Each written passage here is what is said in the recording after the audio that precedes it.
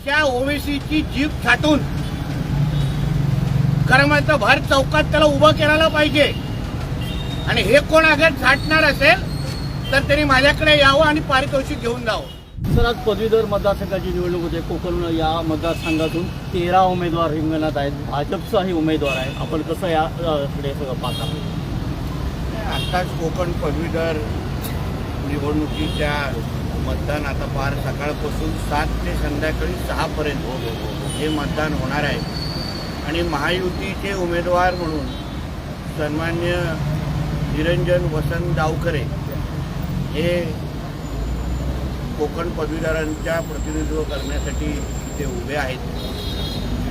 आणि गेली 12 वर्ष त्यांनी ह्या मतदारसंघामध्ये पदवीधरांच्या प्रश्नासाठी ज्या पद्धतीने ते लढले, त्यांच्या विकासासाठी जी काही निधी त्यांनी कोकणामध्ये वापरली किंवा दिली, त्याच्यामुळे आज ही पूर्ण निवडणूक ही एकतर्फी आहे।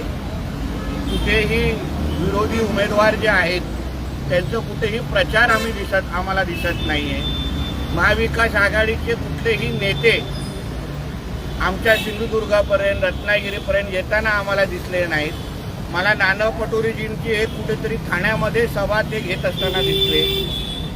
जे इलेक्शनच्या काळात आपल्या स्वतःच्या उमेदवारासाठी सिंधुदुर्गापर्यंत येऊ शकत नाही, रत्नागिरीपर्यंत येऊ शकत नाही, ते पक्ष आणि त्यांचे प्रतिनिधी कोकणाच्या सिंधुदुर्ग, रत्नागिरी, रायगड आणि या पूर्ण भागाचा मतदारांचा विकास करू शकतात का?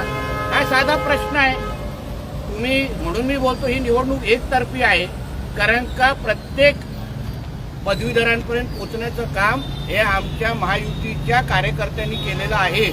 तुम्ही कुठल्याही पदवीधराला जाऊन या जिल्ह्यात विचारलं, आजूबाजूच्या जिल्ह्यात विचारलं, जिथे जिथे निवडणूक आहे ते प्रत्येकजण सांगतील की होय, आमच्याकडे भारतीय जनता पक्ष, शिवसेना, राष्ट्रवादी आणि अन्य घटक पक्षांचा कार्यकर्ता आला, बोलला, आमचं ऐकून घेतलं, आमच्या हातात निरंजन डावखरेजींचा जाहीरनामा दिला।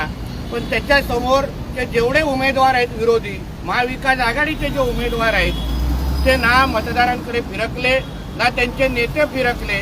जे निवडणुकीच्या काळात मतदारांपर्यंत येऊ शकत नाही ते निवडणुकीच्या नंतर काय येणार ह्याचा विचार पदवीधर मतदारांनी करावा। एकूण राज्यातील जे आज मतदान होत आहे राज्यात, तर जे एकूण काय वाटतं तुम्हाला? नाही, ही जसं सांगतो महायुतीची साठी ही विजय घोडदौड सुरू ठेवणारी ही निवडणूक आहे। जिथे जिथे पदवीधरांची निवडणूक आहे तिथे मी स्वतः फिरलेलो आहे, नाशिक सोडून, तर तिथे महायुतीच्या बाजूनी वातावरण आहे। मुंबई पदवीधरमध्ये पण आमचे किरण शेलारजी उभे आहेत, शिक्षक उमेदवार पण तिथे उभे आहेत। आणि म्हणून मला विश्वास आहे की महायुतीचं वातावरण या पूर्ण राज्यात आहे। आज देशात आणि राज्यात ही महायुतीची आणि एनडीएची सत्ता आहे। पदवीधरांच्या प्रश्नाला न्याय द्यायचा असेल, शिक्षण क्षेत्रामध्ये क्रांती घडवायची असेल तर मग महायुती आणि एनडीए शिवाय दुसरा पर्याय असला पाहिजे। कारण का काँग्रेस असो, उभाटा असो, राष्ट्रवादी, शरद पवार गट असो, हे कुठेही सत्तेमध्ये नसल्यामुळे पदवीधरांना न्याय कसा देणार? आणि म्हणूनच मी तुम्हाला सांगतो की इथल्या कोकणाची पदवीधरची निवडणूक ही एकतर्फी आहे। निवडणूक मानसिक दृष्टिकोनातून महाविकास आघाडीचे उमेदवार हरलेले आहेत आणि म्हणूनच ते मतदारांकडे फिरकलेले नाहीयेत। म्हणूनच काल 2 दिवसापासून उभाटाचे आणि शरद पवार गटाचेच मतदार त्यांचेच कार्यकर्ते आमच्या कार्यकर्त्यांच्या संपर्कात का आणत होते हे तुम्ही त्यांच्या नेत्या मंडळींना विचारा। अगर त्यांचे उमेदवार एवढे उजवे आहेत, त्यांनी खरंच त्यांचं आणि मतदान करावं, तर मग त्यांनी या पद्धतीने त्यांनी मग आमच्या संपर्कात त्यांचे मतदार का आणत आहेत हा प्रश्न त्यांनी विचारला पाहिजे। सर, काल ओवैसींनी शपथ घेतल्या, खासदारकीची शपथ घेतल्यानंतर जय पॅलेस्टाईन असं म्हटलंय। पाकिस्तानच्या संसदेमध्ये कोणी जय श्रीरामचा नारा दिला असता, वंदे मातरमचा नारा दिला असता, तर तो जिवंत त्या संसदेच्या बाहेर येऊ पण शकला नसता। पण आमच्या संसदेमध्ये जिथे आम्ही लोकशाही ची आम्ही पूजा करतो, भारत हा लोकशाही प्रधान देश अशी आम्ही मानतो, आणि त्या संसदेमध्ये उभं राहून तिथे डॉक्टर बाबासाहेब आंबेडकरांनी आम्हाला संविधान दिला आणि तिथे उभे राहून अगर विरोधी राष्ट्रांचा आणि जिथे अतिरेक्यांचा जय जयकार होतो, निरपराध लोकांना मारलं जातं, अशा अतिरेक्यांचा जय जयकार कोण अगर करत असेल तर तो दोन पायावर कसा बाहेर येतो याबद्दल भारतीय नागरिकांनी विचार करायला पाहिजे. हाच प्रकार पाकिस्तानमध्ये झाला असता, चीनमध्ये झाला असता तर तिकडच्या संसदेने त्याला जिवंत पण ठेवला नसता, नागरिकांनी त्याला ठेचून मारला असता. ओवेसीला सांगतो, तुझ्यामध्ये खरंच हिंमत असेल ना, भर चौकात ये, तुला काय भारतीयांची आणि हिंदू राष्ट्राची काय ताकद आहे हे आम्ही दाखवायला तयार आहे. अशा ओवेसीची जीभ छाटून खरं म्हणतं भर चौकात त्याला उभं करायला पाहिजे. आणि हे कोण अगर छाटणार असेल तर त्यांनी माझ्याकडे यावं आणि पारितोषिक घेऊन जावं. साहेब, शाहू महाराजांना मरणोत्तर भारतरत्न द्या अशी मागणी हसन मुश्रीफ यांनी पंतप्रधानांकडे केली. अतिशय योग्य मागणी आहे. छत्रपती शाहू महाराजांचं तेवढं योगदान समाजामध्ये आहे. आज पिढ्यानपिढी आज त्यांचं कार्य आणि त्यांच्या विचारांवर चालणारे आम्ही सगळे नागरिक आहोत. म्हणून हसन मुश्रीफजींनी जी मागणी केली ती अतिशय योग्य, मी त्या मागणीला पाठिंबा देतो. महालक्ष्मी रेसकोर्सची महालक्ष्मी रेसकोर्स मुंबईतच राहणार. रेसकोर्सची 120 एकर जागा BMCला देण्याची राज्य सरकारने मंजुरी दिली आणि त्याच्यावर थीम पार्क बनवणार आहे. हेही सांगा, पर्यटनाच्या दृष्टिकोनातून चांगला प्रकल्प तिथे उभा करणार आहे. मुंबईला अजून पर्यटक दृष्टिकोनातून महत्त्व मिळवण्यासाठी, मुंबईला आंतरराष्ट्रीय दर्जा मिळवण्याच्या दृष्टिकोनातून आमच्या राज्य सरकारने घेतलेलं हे कौतुकाचं पाऊल आहे. साहेब, अमोल मिटकरींनी एक विधान केलं आहे की आगामी काळात महायुती एकत्रित लढण्याबाबत शंका व्यक्त केली आहे त्यांनी. एक लक्षात घ्या, अमोल मिटकरी हे रिमोट कंट्रोलवर चालणारा व्यक्ती आहे. मी रिमोट कंट्रोलवर चालणाऱ्या व्यक्तीबद्दल बोलण्यापेक्षा थेट रिमोट कंट्रोलशी बोलीन, तेव्हा त्याचं उत्तर भेटेल.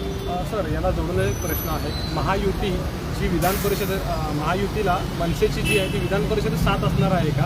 आणि संदीप देशपांडे असं म्हणाले की विधान परिषदेला कुणाला मतदान करायचं याचा आदेश काही आम्हाला आला नाही, आम्हाला वाटेल त्याला आम्ही मत देऊ. बघा, कोकणातली जी कोकण पदवीधर मतदारसंघ आहे ह्याला तर मनसेनेचा आमदाराला पूर्ण पाठिंबा आहे. अभिजित पानसेजी तिकडच्याही मेळाव्याला गेले, त्यांनीही पाठिंबा जाहीर केला. राजसाहेबांनी पण तसे आदेश दिलेले आहेत. म्हणून मला असं वाटतं की मनसेना हे महायुतीच्या बरोबर आहे. सर, एक जोडून प्रश्न, एक सामनातून टीका झालेली आहे आज उद्धव बाळासाहेब ठाकरे यांचं मुखपत्र जे आहे पक्षाचं, त्याच्यातून की सुंब जळाला पिढी जळे, आणि मोदी जे म्हणतायत की विरोधी पक्ष सक्षम असावा, त्यांनी हुर्रे उडवू नये, तर हे हुकुमशहाने गीता वाचण्यासारखं आहे असं त्यांनी टीका पंतप्रधान नरेंद्र मोदी यांच्या. खरा हुकुमशहा ज्याच्या आजीनी 25 जूनला आपल्या देशामध्ये आणीबाणी लादली, आपल्या देशामध्ये एकदाच आणीबाणी लादली गेली, ते स्वर्गीय इंदिरा गांधीजींच्या नेतृत्वाखाली. आणि खरा हुकुमशहा काल राहुल गांधीच्या रूपाने आम्ही शपथ घेताना पाहिलेला आहे. म्हणून संजय राजाराम राऊतला सांगेन, तुझ्याकडे तू आतापर्यंत उद्धव ठाकरेच्या पगारावर होतास, नंतर पवार साहेबांच्या पगारावर गेला, आता आमची खात्री झालेली आहे की तू आता काँग्रेसच्या पगारावर चालणारा त्यांचा कामगार आहे. म्हणून काँग्रेसची जी जरा थोडी कमीच चाटली, पाय थोडे कमी चाटले तर महाराष्ट्राचं भलं होईल. कारण का हुकुमशाही कोण करतं हे अगर तुला इतिहास माहिती असेल, पत्रकारिता खरा अगर तुला कळला असेल, तर भारताच्या इतिहासामध्ये एकदाच ज्यांनी आणीबाणी लावली त्यालाच आपण हुकुमशाह म्हणू शकतो. आमचे आदरणीय मोदीजी हे लोकशाही पुरस्कर्ते आहेत. म्हणून तर त्यांनी संविधानाला डोक्यावर लावून नतमस्तक झालेलं आहे. अगर मोदीजी अगर लोकशाही मानत नसते तर हे संजय राजाराम राऊत सारखे लोक आता जेलमध्ये असते, इंदिरा गांधींच्या राज्यामध्ये. सर, एक राज्यातला माहितीचा प्रश्न, रात्री उशिरा अगदी वर्षावरती खलबतं सुरू होती. दोन्ही DCM आणि मुख्यमंत्र्यांच्या चर्चा झाली. महायुतीमध्ये सर्व काही अलबेल आहे का? का नाही अलबेल आहे? तुम्ही त्याच्यावरच का चिटकलेला आहात? आमच्या अलबेल आहे म्हणून आम्ही रात्री एक दुसऱ्यावर बसतो की नाही, एक दुसऱ्याबरोबर तासनतास बसतो की नाही? अगर अलबेल नसतं तर तिन्ही आमचे नेते आपल्या आपल्या घरामध्ये बसले असते. महाविकास आघाडीसारखे आमचे एकत्र आहेत, चांगली संबंध आहेत. किती चांगले संबंध आहे ते तुम्हाला सिद्ध करायचं असेल तर पुढच्या वेळी आमच्या मुख्यमंत्र्यांना उपमुख्यमंत्र्यांना तुम्हाला त्या बैठकीमध्ये बसवायला सांगतो. थँक्यू.